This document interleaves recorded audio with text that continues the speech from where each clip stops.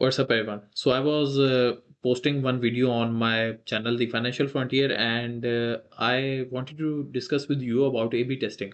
Now the thing is that, well, ordinarily you can just put one title.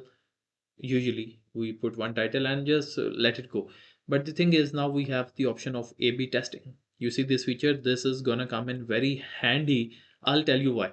Now the thing is, let me just click over here, and now it gives me options of if I need to uh, do a A/B test with the thumbnails or title and thumbnail together.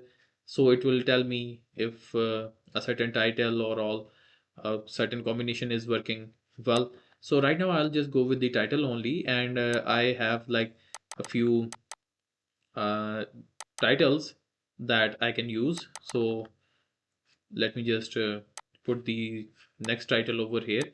And the reason I'm sharing this is because you see what will happen with this. Well, at the end of, like, I think it's 15 days till when the results are going to come in, but either one of these three is going to stand out from the other ones. So you will know which one has been the best title. Now, the thing is that normally, whatever you would be thinking that this is a certain title that will work, well, that might not end up being the case.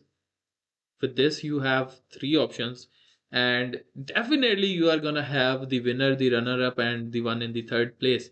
So then you can select which one you need to put. So you usually I go with the number one. So that's how you can go about this. Let me show you if I have done any uh, A/B tests on this channel. I think I have not done the A/B split test on this channel.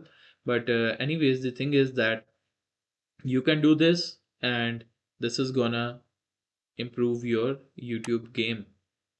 So let me know in the comments if you are using this A/B split test feature in YouTube on your videos. Thank you.